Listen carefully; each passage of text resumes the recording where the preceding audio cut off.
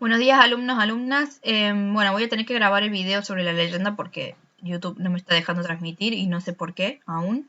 Así que, bueno, estoy usando un programa de grabación para eso y para transmitir estoy usando un programa, entonces a lo mejor, no sé, interfieren en eso en algún sentido, la verdad que no tengo idea. La idea de hoy, del video de hoy, era repasar las características de la leyenda.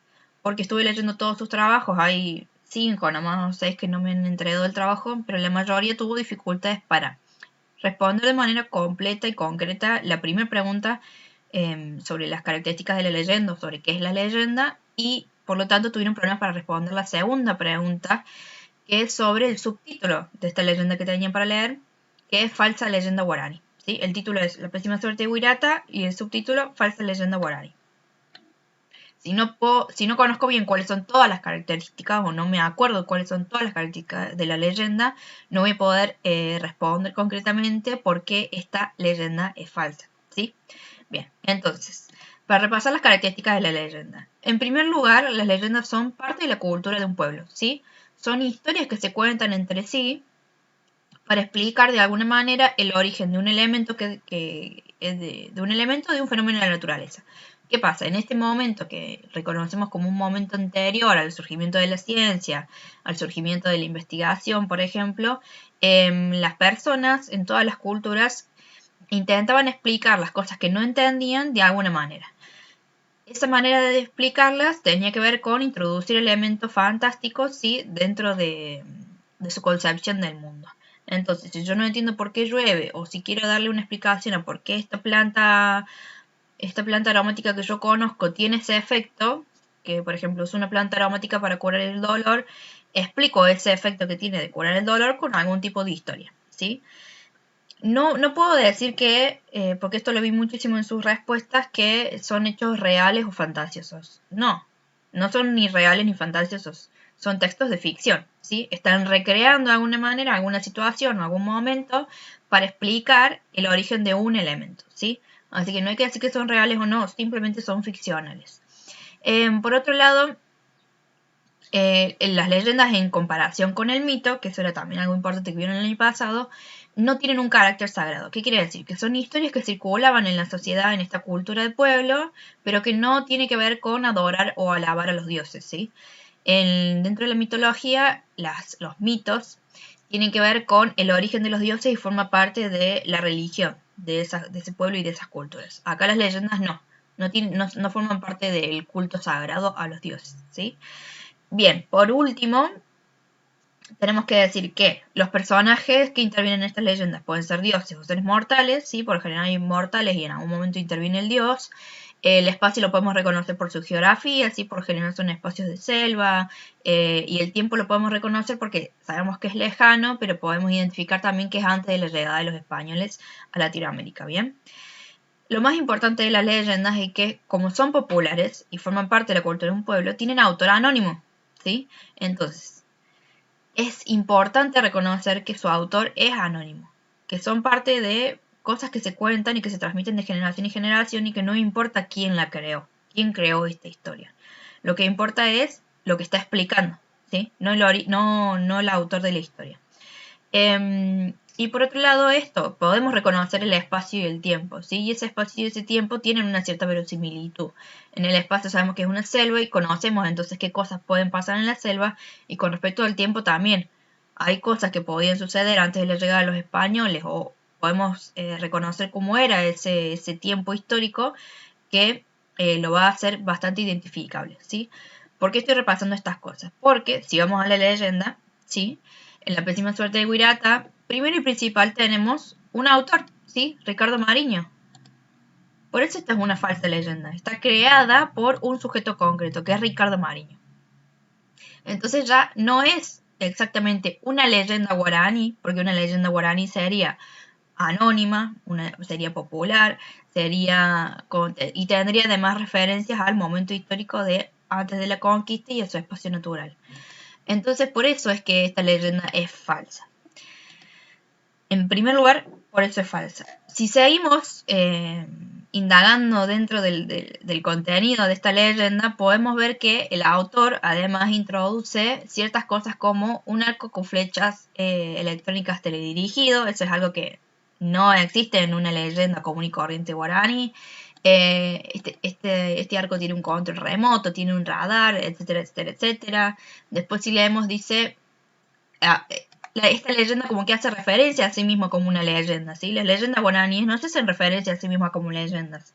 Porque en ese momento eran explicaciones racionales y que nadie cuestionaba sobre elementos de la naturaleza. En cambio, entonces no se autoconcebían estas narraciones como leyendas, ¿sí? Eran simplemente explicaciones.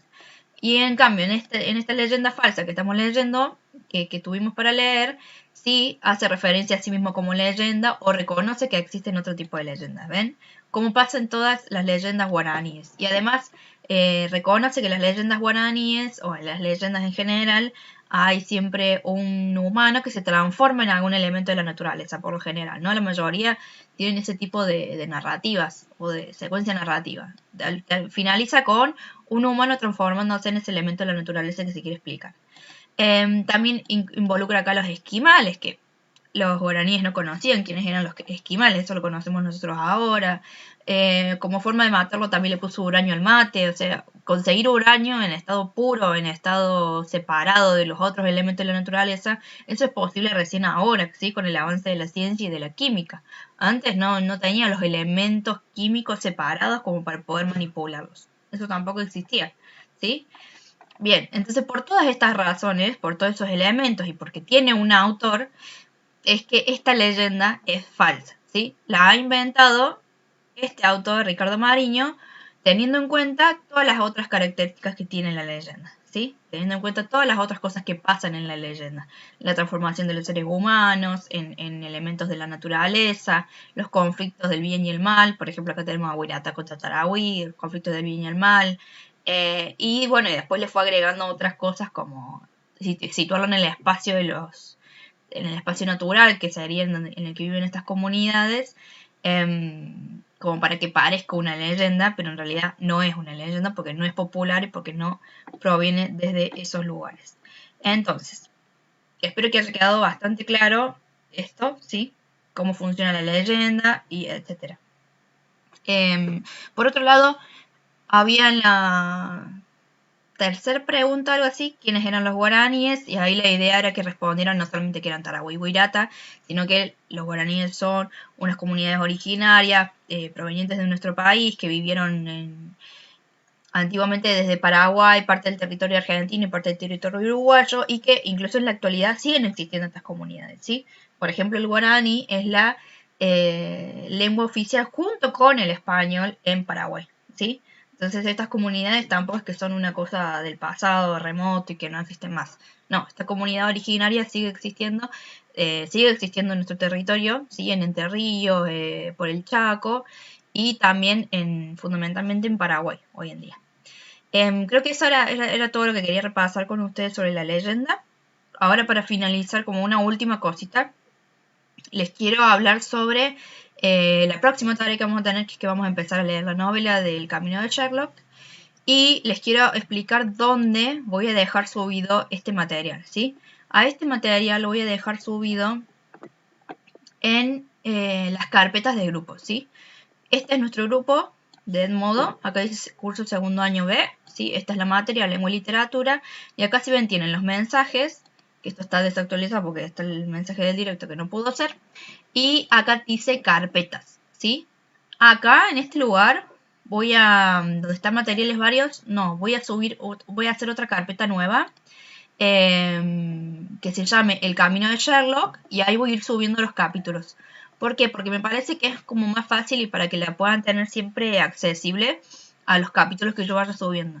Voy a ir subiendo de a capítulos y junto con esos capítulos voy a ir subiendo las asignaciones para responder 4 o 5 preguntas, ¿sí? A esta tarea vamos a tenerla de una semana para la otra. Así que yo les doy este viernes los 2 capítulos para leer, las preguntas para responder y van a tener tiempo hasta el viernes próximo.